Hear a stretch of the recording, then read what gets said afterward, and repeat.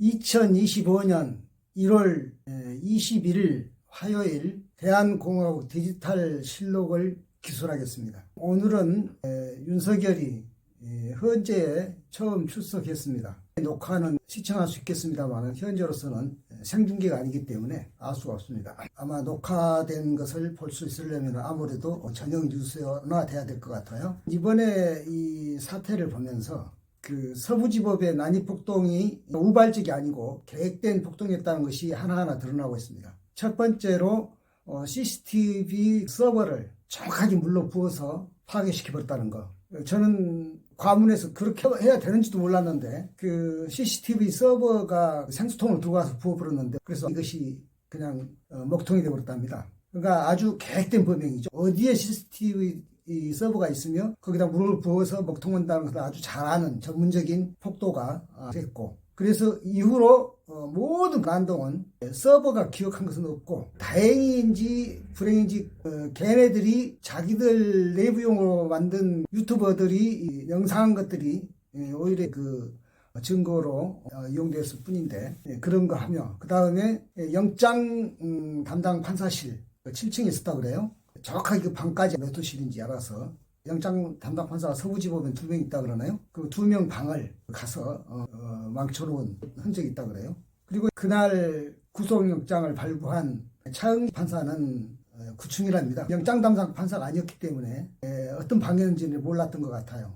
폭도들이 난입하기 6분 전에 퇴근을 해서 모면했는데 그것이 얼마나 간발의 차이 아닙니까? 말도 안 되는 거죠. 뭐 밟아 죽여버려 하는 그런 폭도들의 말도 녹화가 돼 있고 녹음이 돼 있기 때문에 집단이 살인 미수를 저지른 것이죠.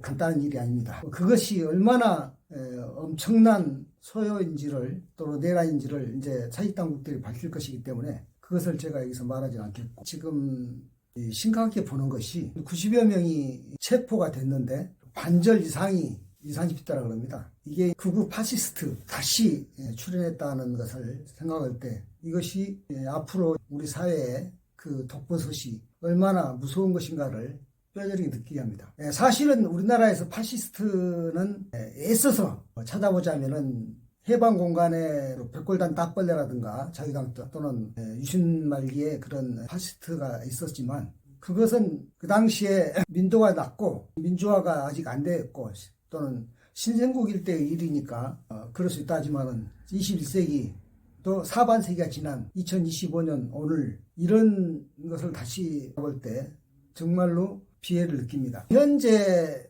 문재인물로 드러나고 있는 정강훈, 그리고 천공 이병철, 또 국힘당의 조배수 의원, 여러 사람 중에서 제가 그 세 사람을 들먹이는 것은 그들이 전부 저와 동갑입니다. 사실은 지난번에 제가 저와 동갑인 사람을 몇 사람 예를 들었는데 고 박원순 시장, 고 노회찬 의원, 그리고 손석희 앵커 이런 사람들을 들었었죠. 근데 오늘 그 사람들 조배수, 천공 이병철, 정광훈 목사, 또 오늘 사람들 아닙니다만 장경동 목사, 그리고 전에 그 최순실 전부 동갑이거든요. 그러니까 어떻게 보면은 양극단에 지금 동갑들이 속해 있는데 이것은 박정희 유신독재의 흑역사하고 연결이 되어 있습니다. 저희는 그 평준화 직전 세대라서 중학교 입시돼 있고 고등학교 입시돼 있을 때 우리가 마지막 막내 세대입니다. 그래서 우리는 그 입시 공부를 할 때 전부 다 교과서를 외웠어요. 근데 그 유명한 교과서들이 있는데, 그러니까 유신헌법 전의 헌법은 박정희 삼공화국 헌법인데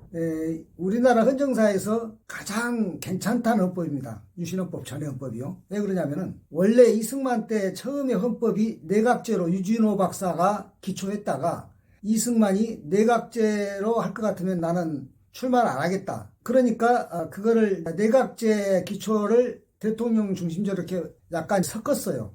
대통령 중심제면은 직선제가 당연히 연결되는데 유진호 박사나 그 당시에 해방 초에는 민도가 낮고 문맹자가 많으니까 기호 1번, 2번 아랍의 숫자를 썼지만 그때는 작대기를 표시했습니다. 그냥 모르니까 글씨들을. 특히나 여자들은 모르니까 뭐 여자가 다 그런 건 아니지만 남자도 문맹이 있었고요. 그러니까 1, 2, 3, 4를 아랍 숫자를 모르는 거예요. 그러니까는 짝대기 한 개, 짝대기 두 개 이렇게 표시됐거든요. 그 선거벽보에도. 그 정도니까 국회의원을 뽑고 나면 그 국회의원이 간접선거로 대통령을 뽑는 간선제, 그걸로 초대 이승만이 뽑혔죠. 그랬다가 두 번째도 물론 간선제를 할 것인데 이제 국회 구성이 어떻게 되냐면은 반 이승만파가 훨씬 의석이 많아진 겁니다. 그러니까 이승만이 부산 정치 파동을 일으켜가지고 발췌 개헌안이라는 것을 강제로 통과를 시켰는데 그게 뭐냐면은 직선제예요. 그러니까 그야말로 짝대기 한 개, 두 개 이렇게 하는 그 선거 투표용지도 마찬가지죠. 짝대기로 표시했어요. 그래가지고 이제 간선제를 직선제를 해가지고서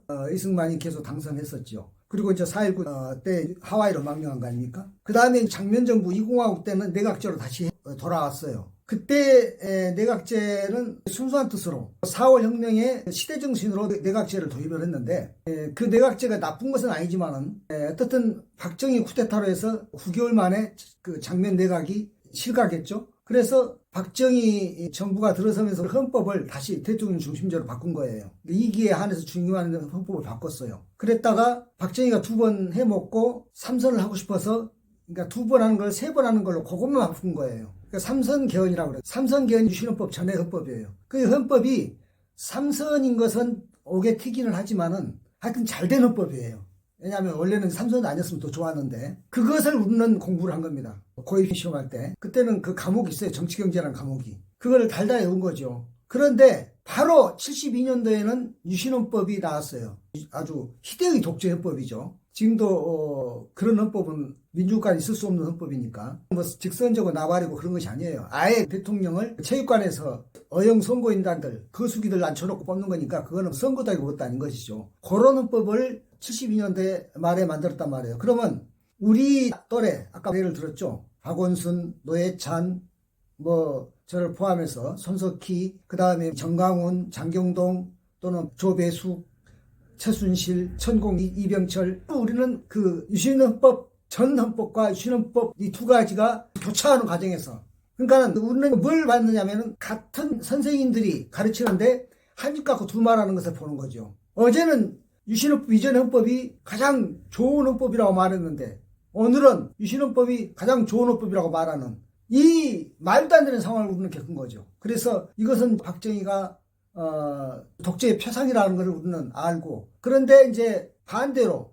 아까 뒤에 예를 들어 정광훈이라든가 그 사람도 유신헌법이 가장 한국적인 민주주의다 그거에 세뇌돼가지고 동생뻘이 윤석이나 이런 애들은 그렇게 유신헌법 이전 헌법을 알지도 모르니까 유신헌법으로 그렇게 철이 든 거지요. 그래서 완전히 파시스트들이 다 된 거예요. 그때 딱 우리 또래까지 우리가 막내 세대니까 우리까지만 파시스트 대 반파시스트로 딱 갈라져 있고 우리 후배들은 그냥 파시스트들이 그야말로 날뛰는 상태에서 성장을 한 것입니다. 그것이 이제 세월이 벌써 몇 년입니까? 50년이 지나니까 이제 끝나는 줄 알았는데 지금 30대 얘들은 모르죠. 얘들은 전부 다 MZ세대이기 때문에 그리고 박정희 미화 여기 나오잖아요. 특히 이제 정치로는 할 말 없으니까 이제 산업화 공론에 대해서 제가 말씀을 짚어주겠습니다. 물론 저희 또래가 이승만 독재는 겪어보지 않았어요. 배워서 알 뿐이에요. 근데 박정희 독재는 겪었습니다. 그리고 박정희 산업화 공적을 이야기하기 때문에 저는 박정희 유신 독재 하에서 산업체에 근무를 했었어요.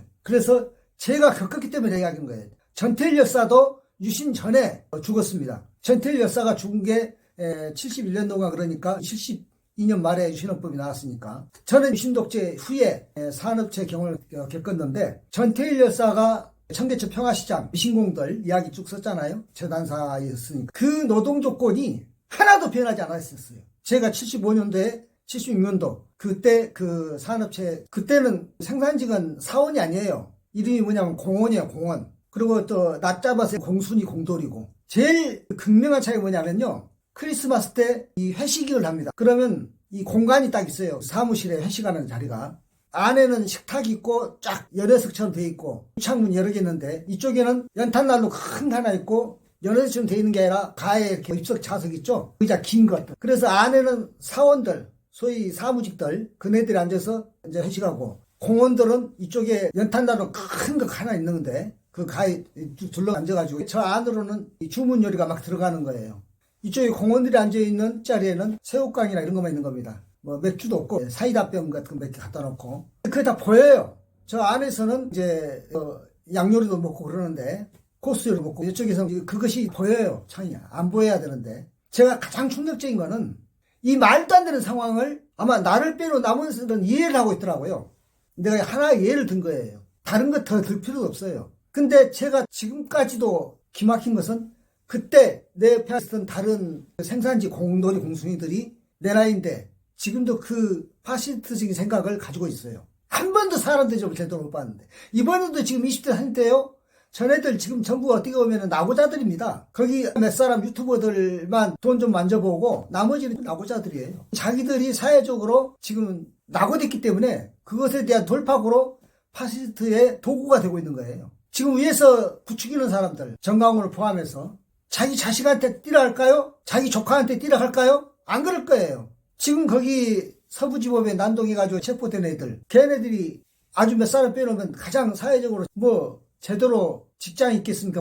그러니까 이 파시즘이 나쁘냐면요. 차라리 그 양극화보다 더 나빠요. 이게 그 도구가 되는데. 그러니까 아까 제가 얘기했잖아요. 저는 그 말도 안 되는 공순이들이 앉아가지고 저쪽 자리가 다른데 이 상황, 그 당시에 저는 50년 전에 그것도 이해할 수 없는 상황인데 그걸 나만 빼놓고 다 이해하더라는 거니까요. 그리고 그 사람들이 계속 박정희 찬양하더라니까요. 박정희 경제 성적표 초라합니다. 박정희 유신독재보다 무려 40년 먼저 히틀러 경제 성적표 볼까요? 우리가 알고 있는 아우토반, 벤츠 승용차, 항공기, 탱크, 군함 다 만들었어요. 박정희 때는요 자동차 벤츠, 자동차 포니밖에 없었어요. 나머지는 전부 외국 부품 갖다가 조립한 것 뿐이고 군함, 항공기요 경부고속도로 하나, 아우토반 R에 불과한 그렇게 초라한 성적표예요. 그리고 그 정도는요 박정희 아니고 누구라도 할 수 있는, 우리가 북한보다 가난했으니까 살 살아보세는 박정희 창작품이 아니에요. 시대정신이에요. 누가 지도자라기도 잘 살아보세를 말할 수밖에 없는 시대정신이에요. 이 말을 왜 하느냐, 경제성적표로도 초라하다는 이야기죠. 독일 국민들이 1, 2차 대전의 전범국가 아닙니까? 2차 대전 끝나고 나서 에릭 프롬 자유로부터 덜필을 섰어요. 내용이 뭐냐면은 왜 우리가 독재자에게 예속되는 것으로 이안을 느꼈는가. 그러니까 왜 히틀러라고 하는 강력한 파시스트한테 우리가 마음을 뺏겨가지고서 전범국가가 됐는가. 그거를 갖다가 확인해보고 자유로부터 덜필하는 거예요. 사람은 자유를 추구하는 것 같은데 때로는 독재자의 리더십에 자기의 자유를 유보시킨다 이게요. 유신독재가 그거 아닙니까? 내가 장기 집권하기 위해서는 국민이 때로는 자유주의도 민주주의도 포기를 좀 해줘야 되겠다. 그게 긴급조치 아닙니까? 언론의 자유도 좀 이렇게 줄여줘야 되겠다. 왜? 이 독재를 용이하게 하기 위해서. 독재라고 안 하죠. 장기 집권을 용이하게 하기 위해서. 왜냐하면 통일 대통령이 돼야 되니까. 이번에 12.3 불법 개업이 성공했다면 똑같은 일이 벌어지는 거예요. 저도 거기까지 몰랐는데 12.3 그때 일어났을 때 사람도 어떻겠죠? 우발적이라고 생각했죠. 우발적이 아니었잖아요. 119 서부지법 난입폭동 우발적인 줄 알았죠. 다 그랬잖아요. 구속영장에 나오니까는 그냥 흥분한 군중들이 우발적으로 했다. 우발적인 것은 차라리 괜찮아요. 왜냐하면은 아주 단순하기 때문에. 근데 이제 조사하면 나오겠지만은 정확하게 CCTV 서버를 갖다가 물부어서 먼저 해놓고 영장 담당 판사실을 정확하게 알아. 다른 방에 안 갔다는 거 아닙니까? 그 판사실을 가서 조져놓고 3시 발표하고 몇 분 안 돼가지고 이미 다 잠자고 있다 들어왔다는 거 아니에요? 그것도 후문으로 다 봐두고. 그러니까 어디에 CCTV 서버가 있고 판사실이 어디에 있고 아주 그냥 제대로 깨고 준비해서 딱딱딱 필요한 데만 가서 있다는 거 아니에요. 마구 난입한 것 같았지만. 그리고 아주 일사불란하게 역할 분담돼 있고. 그게 다르잖아요. 그게 우발적이 아니잖아요. 얘들이 파시스트로 길러졌다는 거. 이거를 굉장히 중요하게 생각합니다. 앞으로는 정말로 유신 미화, 박정희 미화, 이승만 미화, 그리고 지금 흔적도 정체도 없는 방국가 종북 이런 이야기. 지금 우리나라가 뭐가 아쉬워가지고 공산주의를 합니까? 제가 이 이야기를 하면요. 제가 뭐 좌파라 그래요. 저요. 우리 집안에 6.25 때 인민재판으로 16명이 약살을 당했어요. 집안에서. 뼛속 깊이 제가 보수주의자 어떻게 제가 진보가 되겠습니까? 그러니까 이야기를 말하면은 들어보지도 안 하고 저 사람은 좌파일 거야. 저 사람 우파일 거야. 아주 미친 짓거리를 지금 우리 정치계가 하고 있는 겁니다. 앞으로 그런 일은 절대 없어야 할 것 같습니다.